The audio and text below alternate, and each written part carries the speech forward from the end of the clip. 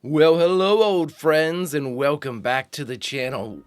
This one's going to be a big one today, friends, because for the very first time, I am not watching just one episode of Babylon 5, nor am I watching 2 episodes of Babylon 5. Today, in one sitting, I am watching 3 episodes of Babylon 5. These are the 3 episodes, Season 3, Episode 8, 9, and 10, that you all have non-spoilery recommended to me must be viewed in one sitting. So with a titanic rearrangement of schedules and viewing times, I believe I have made this happen so I can do just what you all have suggested. So friends, today we'll be watching Season 3, to start off, we'll be watching Season 3, Episode 8, Messages from Earth. Friends, I am incredibly excited, and the change in cosplay is also an inspiration from all of you, as I mentioned to a couple of people that I had my Ranger cosplay ready to go, and you all said, wait for episode 8 of season 3. So friends,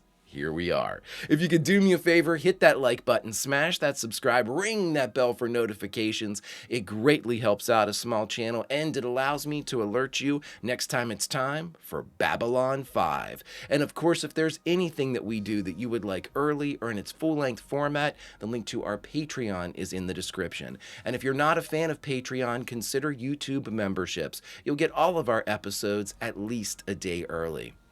But my dear friends, all that is then, and this is now, and to say I'm excited is a dramatic understatement. And now it's time for Babylon 5, Season 3, Episode 8, Messages from Earth.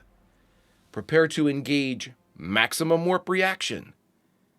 And away we go!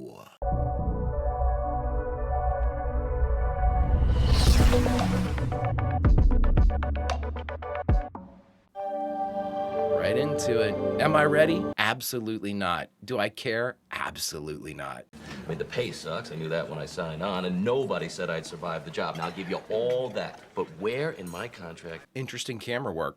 Excuse me, Commander.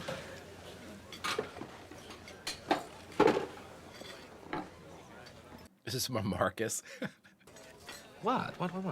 It's nothing. It's just a beautiful breakfast. It's from Marcus.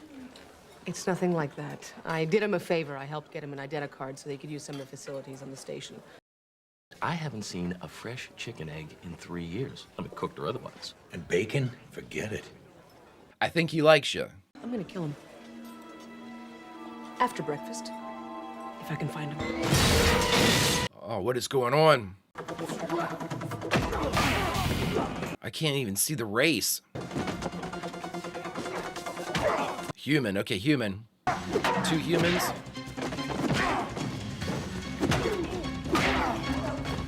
Oh, the lesson of Club and Fang.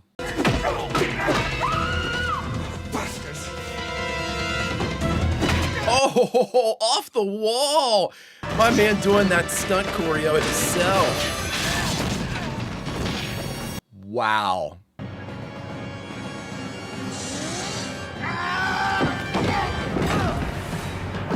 I mean, Marcus just like tore through like 6 dudes. Did he kill her? Man, oh man. We're off and popping. God, I love this show. Oh, friends.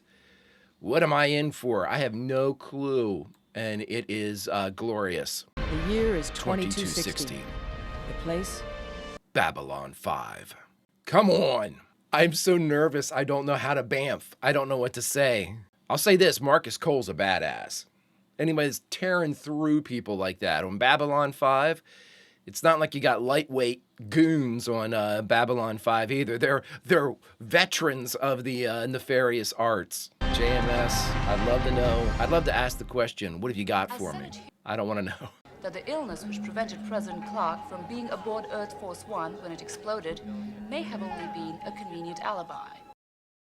When asked what was being done to counter this threat, nothing. said only that extreme measures may be required.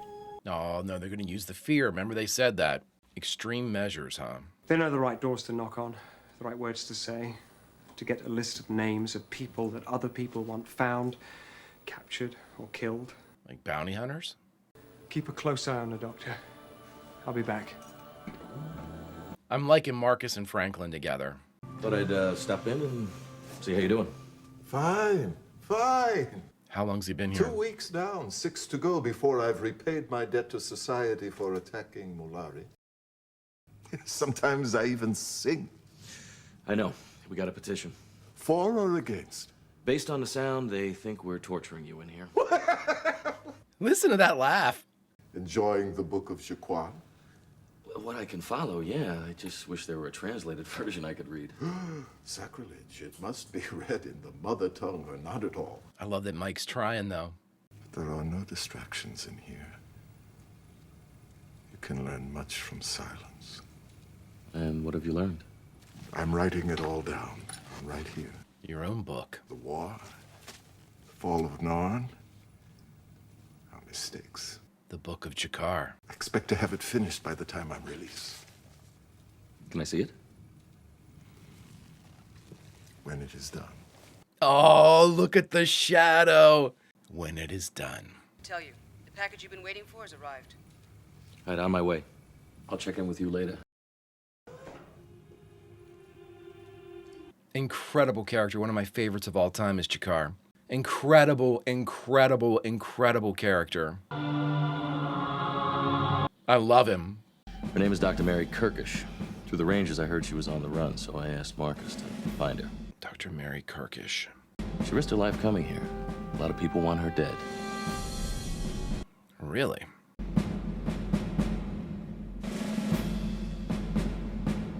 The War Council.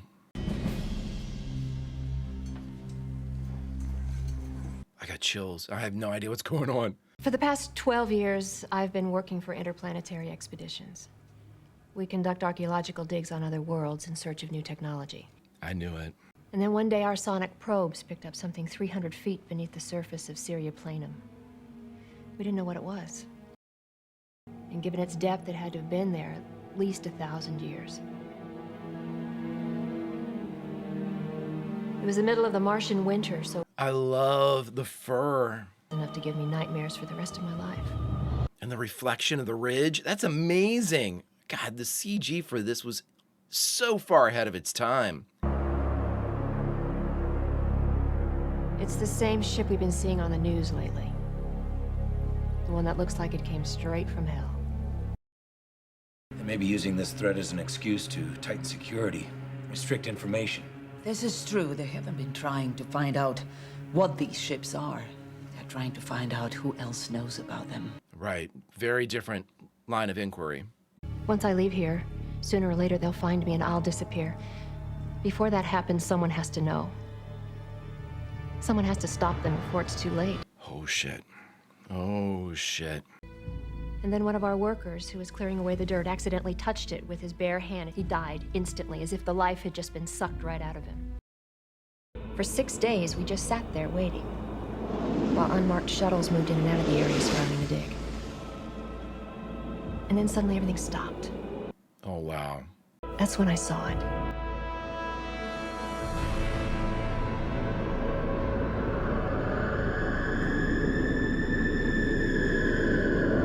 Active on Mars.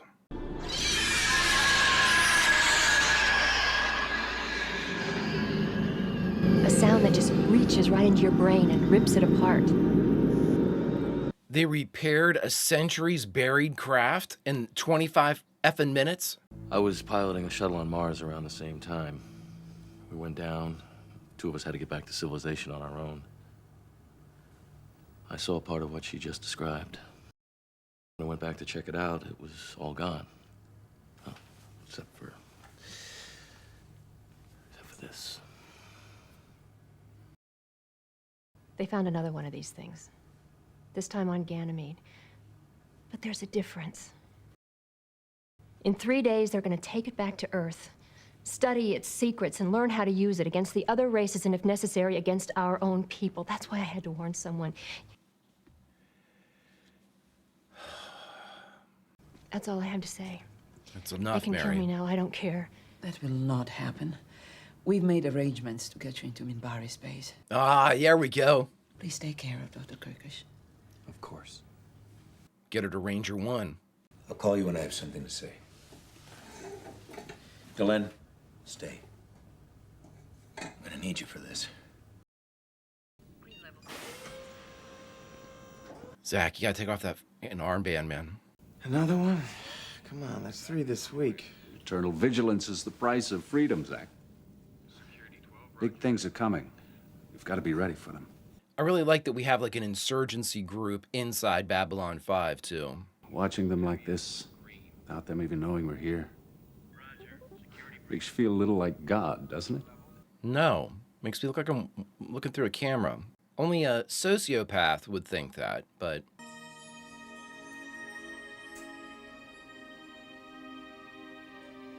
Oh, man. Oh, dude.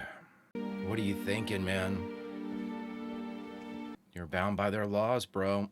They'll take Babylon 5 from you. And it's time to tell the others. John, what are you thinking, bro?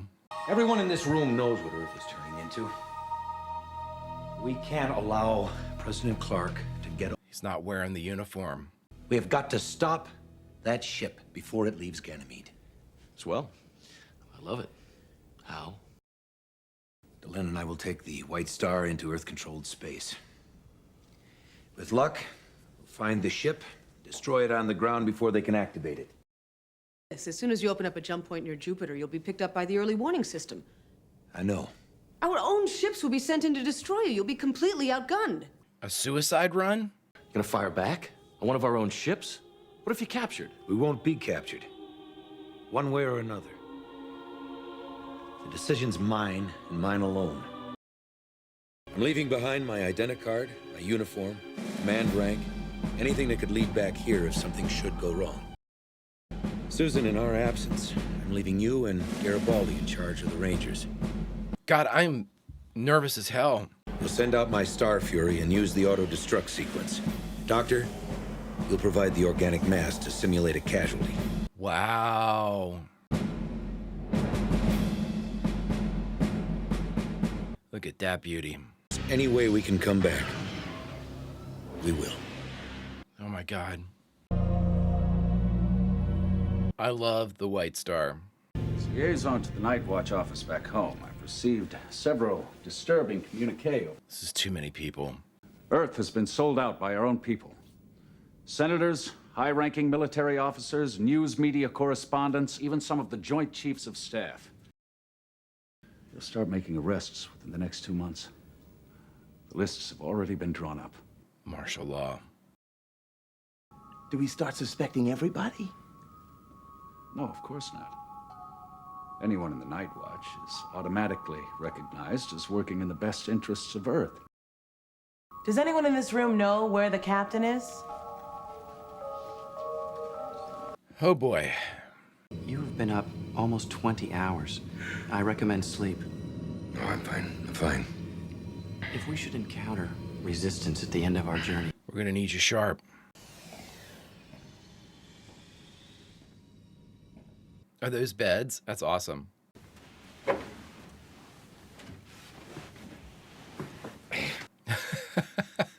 wondered when you would get some sleep. You have a most persistent attaché. Lanier's the best. We consider sleeping in the horizontal to be tempting death. Yeah, well, if I sleep on this, I'll be tempting fate all night. I will watch and catch you if you should fall. Okay. I like that response by John. Okay. This will be the closest I've been to Earth in 4 years. Who'd have thought I'd come back in a Minbari ship? Nobody. The sound of rain hitting the roof at night.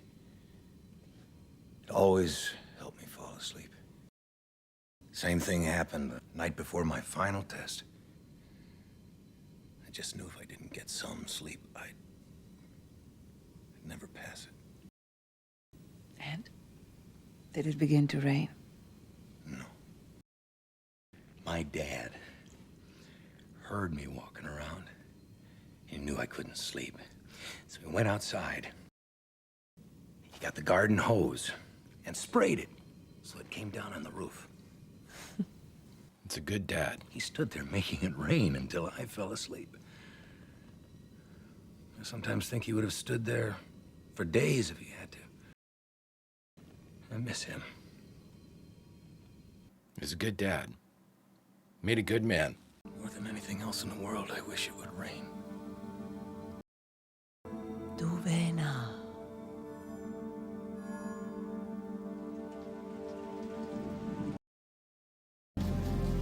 Sleep now.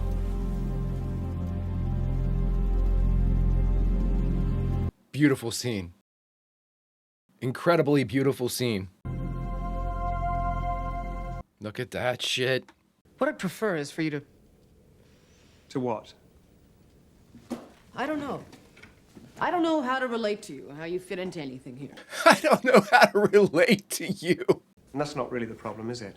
If anything happens to the captain, I'm holding you personally responsible. Because I sent him off on a suicide mission.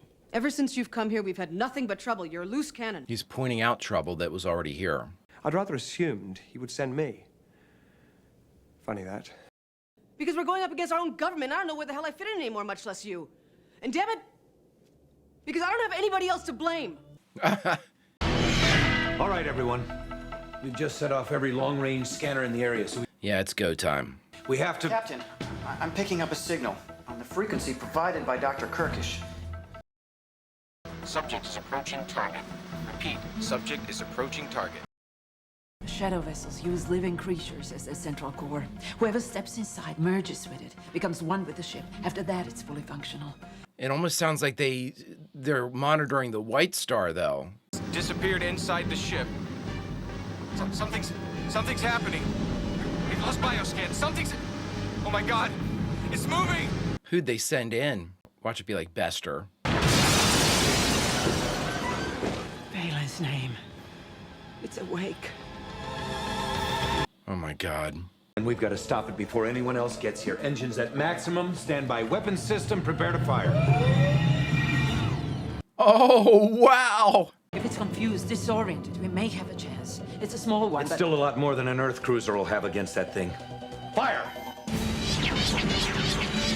Come on! Ooh, we made it list! Come on, pretty lady. Captain, its weapons are at full strength. If it hits us dead on, we cannot survive the blast. That's all right. That is all right. I did what I needed to do. I got them mad enough to follow us. Come on, John. Now we're going inside. If we can't outfight it, let's hope we can outthink it. It's why you're here, John. It's why you're in that chair. How much pressure can this thing take? Unknown. Unknown. Once inside the atmosphere of Jupiter, it may not be able to climb out of the gravity well. It's possible we may not be able to escape either. This is why John's here now and not Jeff. I get it. Jesus. Temperature at 10,000 standard units. 12,000! Continue descent! Temperatures beyond safe limits. Pressure at this depth is causing damage to the outer hull. Just a little longer. Hull's buckling. Losing control. No! Get us out of here! Come on! Full power, give me everything you've got! If I were holding anything back, I would tell you.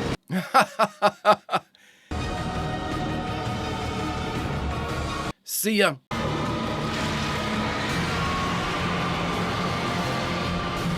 John. You crazy son of a bitch. See how they're touching each other's hands all the time? Scanners indicate it's been destroyed. This is the Earth Alliance destroyer Agamemnon to unidentified vessel. Oh my god. They must think we are responsible for the attack on Ganymede. Of course. It's the way our luck runs. We gotta jump. We can jump. They don't know that. Captain, shall I return fire? Oh god, John. Captain? He knows everybody on that ship. They can track us down like a bloodhound. They can wait us out. They can knock us down or board us if we try to escape. Can we jump from in here? Our only choices are to fight or to surrender. No, we can't surrender. And I won't open fire on my old ship. Then, what do you recommend? You can't reveal yourself either. May I suggest that the energy involved in opening a jump point in a hydrogen-rich atmosphere would be explosive at best? No, she's right. Send a message in Interlac. Tell them that we are prepared to surrender, but we need them to back off a little. Then, bring her up slowly. Wait. Unidentified ship. This could is your final... ignite Jupiter's entire atmosphere, though, right? Now!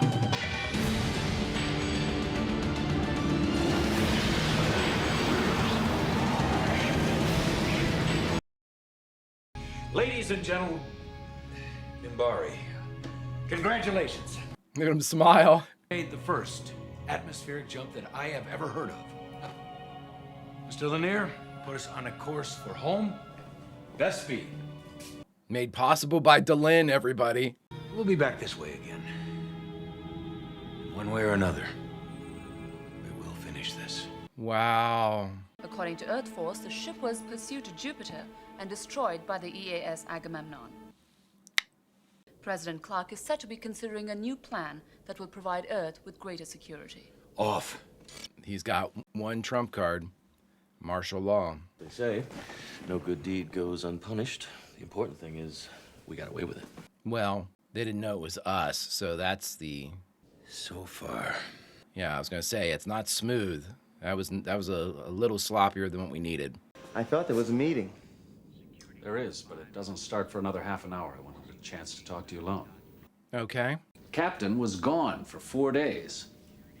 Well, the records don't show any absence, but I checked the access panel in his quarters. It hasn't been used since Monday. That's very sneaky. No. No way in hell. I won't do it. Look, all I'm asking you to do is to go to him, be real earnest, tell him that you know something's going on and you want to help. Well, ever since I joined up with you guys, he doesn't trust me like he used to. If he could trust me. Don't turn your back on him, Zach. Well, you better start deciding which is more important to you, Zach. Friendship or your job, which is to protect Earth. Friendship or my job? Who loves their job that much? As I recall, you were somewhat concerned about where I fit in the great organizational scheme of things. I went to the effort of preparing this chart. It's a flow chart. I actually think I've come up with a way to explain the organizational structure of Babylon 5 using the Ottoman Empire as a... Did it make you laugh? Yes. That's why. Then my job here is done. Have a good... He was gonna leave. And to confirm earlier reports, President Clark has signed a decree today declaring martial law I throughout Earth fucking knew it. citing threats to planetary security. Oh, shit. Earth is now under martial law. Oh, I knew it. Son of a bitch. Whoo! All right, everybody, we just finished watching Babylon 5 Season 3, Episode 8, Messages from Earth. And the only thing left to do is talk about it. All right, everybody, we just finished Messages from Earth, the 8th episode of the 3rd season of Babylon 5. Because I'm doing 3 of these back to back to back, I'm not going to, well, I want to talk about each of them and give them their due because I don't want to brush past it in my rush to get through the story. So I know that each leg of this 3-leg race here will be definitely something to be built upon. So I guess the number one thing here is we had a lot of come to Jesus moments, really. You know, again, it's a positioning episode in a way, you know, kind of reminding us where Jakar is. Jakar's still incarcerated, reminding us that Zach is still very deep with inside Night Watch to the point where his loyalty is now being put on display, something that he's either going to have to put up or be considered part of the enemy. I can only assume now that the other two, I mean, I think the major beats in all of this were John's taking off the uniform is extremely significant. And now I know why everybody said, wait till episode 8 to go to the Ranger cosplay. Gotcha. Message received, friends. But he taking off the uniform was a big deal for me. I think it was a big deal for him too, you know. It wasn't just to be part of the ruse, like if we get captured or shot down or something, they'd find, you know, the uniform, or the uniform could be used back on back. No, there was way more significance in that. Otherwise, he wouldn't have taken off his, you know, rank, his emblem, you know, and kind of like looked at it the way he did. That was a very poignant moment. And then, of course, you know, the attack by the White Star on the Shadowcraft, the destruction using John's incredibly astute tactics, and of course, you know, using Delen's idea for jumping out of Atmo. They are an incredible team. I love watching them grow. You know, there was a time when I really, even though Catherine was there, I really wanted Jeff and Delen to like have something, you know what I mean? Have like a relationship that was, you know, beyond friendship into the romantic. And you know, been a same kind of feelings I've had for John and Delen too. But you know what? If it's just to be a friendship, I think it is incredibly good. I think they're doing JMS is doing such a great job, and the actors, of course, of conveying this growing relationship between the two of them, expressed the best in this episode by the rain conversation. And I thought that was a beautiful scene where we learned so much about John, you know, and his father. But in that moment, he realized what kind of dad he had. Man, oh man, it was beautiful. It was so beautiful. Still brings tears to my eyes just thinking about it. And Delen's, her listening, her perception, her understanding, her adding to the moment in such a subtle way with just, you know, calling forth the ASMR of rain, you know. It was a beautiful moment, portrayed beautifully. It's one of my favorites in Babylon 5. It was in a perfect scene. You don't see many. You don't see, even in Babylon 5, I dare say, you don't see many perfect scenes, but that, friends, for me, that was a perfect scene. And we've been talking about it since I think they were first mentioned. Interplanetary expeditions seems to be at the heart of a lot of this nonsense that's going on around out here. You know, whether it be like these alien artifacts that make their way through Babylon 5 to just being mentioned in the same breath as like Earth Force and things like that. And just their involvement with this archaeological find on Mars for the Shadowcraft. I mean, I would be surprised if it was anybody but them, you know? They're just so interwoven in the machinations of, you know, Earth, everybody, you know, they're deeply entwined in this story. And though it may be right now seemingly peripheral, or even, you could even argue happenstance, I don't believe so. You know, they could say, well, how many dominant, you know, interplanetary expedition-esque businesses are there out there? Enough so we don't have to always have interplanetary expeditions as the named company, you know what I mean? So it's obvious JMS doesn't do anything just for shits and giggles, you know. He has a point, he has a craft, he's weaving, and he doesn't use a color or thread unless he means it to pop at some point. And so every time they bring up something and then they repeat something, you know, that's JMS being, JMS is never ham-handed, but in that respect, when he mentions things a couple times, that's my idea of him being like, listen, I hope you get this, but just in case, I'm going to give it to you again. JMS, I think I got it, but I know that you've got a couple more that lined up that I didn't see coming. In fact, I guarantee it. And, you know, I've said it before, and it's not something I like to harp on, because I've had a couple people ask me, you know, why do you hate space combat? And I don't hate space combat. I have other avenues in, you know, space exploration, science fiction that I prefer more. And I think that with combat, in many ways, it's grown from a place since I was a kid where I thought that combat without telling a story inside the combat was a waste of time. It's like I didn't get to see my characters doing anything. You know what I mean? And maybe not. Maybe again, I've run into a lot of like confused looks when I bring that up, but I always like to see the characters interact, and it seems like during space combat, without a story being woven through it, it's sort of just kind of like a filler thing. Now, of course, you always sort of have great graphics, very tense moments, and things like that, so I by no means hate space combat. It's just that if I had a preference, I have other things I would prefer. However, space combat with a story being woven through it, exactly like we had between, you know, the Agamemnon and the White Star and the Shadowcraft, that's in my mind, I got a couple of you said too, the reason why you don't like space combat, which again, I don't dislike it, but the reason why you prefer other things over space combat is you've never experienced Babylon 5 space combat. And I think I finally smell what you all are cooking with this one, because this is exact. I mean, I've seen plenty of space, set adventures that have, stories within space combat, the Expanse. There are several different things that lend themselves to the advancement of a story while also deploying combat as one of the delivery methods. This was done so well, though. It was a strengthening of the relationship between basically all the Minbari on the craft and John, and obviously including Lanier and Delenn. And it showed us and reminded us of why John is in that chair, and honestly, why Jeff isn't. And this is where I will give yet another feather in another we have to have 1,000 caps with 1,000 feathers in them each for JMS. JMS, we know that Jeff was supposed to be here. If everything had worked out, all things considered, Jeff would have been here. But I really, really appreciate, and I'm sure the story would have been equally as awesome because JMS is awesome.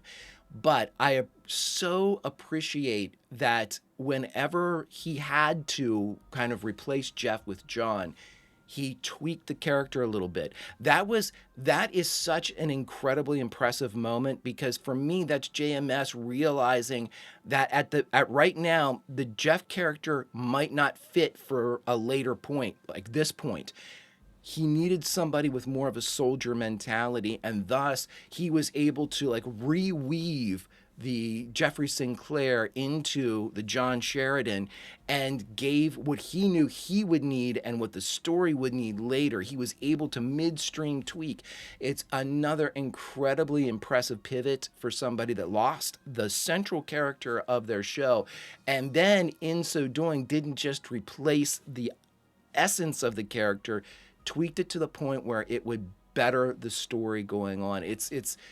It was an amazing move that obviously it was lent to him, because we needed to replace Jeff, but he recognized it himself. He wasn't so wrapped up in his own story that he thought, everything I've done so far is perfect. It'll continue perfect. I don't need to make any changes.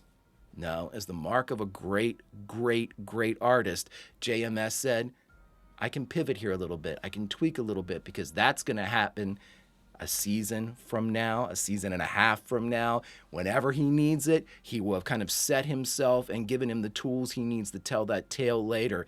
It's incredibly impressive and incredibly selfless to be able to sacrifice elements of a story that you must believe in to put it on page and put it on the screen and realize I can do better and then do it. Oh my God. A tip of the cap, my friend. Well, everybody, I would like to bamf and talk a little bit more about episode 8, but episode 9 and 10 await me in this sitting, and so, friends, I prepare myself poorly for what is to come. If you could do me a favor, hit that like button, smash that subscribe, ring that bell for notifications. It greatly helps out a small channel, and it allows me to alert you next time it's time to board Babylon 5. And of course, if there's anything that we do that you would like early or in its full-length format, the link to our Patreon is in the description. And if you're not a fan of Patreon, consider YouTube memberships. You'll get all of our episodes at least a day early. But all that was then, and this is now, my friends, and now, unfortunately, it's time to say goodbye from this episode of the beautiful Babylon 5, Season 3, Episode 8, Messages from Earth. But where should we say goodbye from? As part of the Greek chorus, it is our reward to go back inside the episode we just watched and say goodbye from a specific scene within that episode. So, my dear friends, where should we say goodbye from? Well, I did notice that when John went into the White Star to take the prompted sleep that Lanier suggested, that there were several of these inclined plane beds that the Minbari have. And so, my friends, we are all getting a few winks ourselves, a little shut-eye, as we, for the first time, lay down on these Minbari beds, the ones that take some getting used to, but also allow you to meditate. And I will ask you this, my friends, if you're having problems getting to sleep, what do you hear? Until such time as we can watch the rest of this fantastic bit of art play itself out, and JMS ready to make changes if he needs to. Beautiful. Vulcan roll, and I'll see you.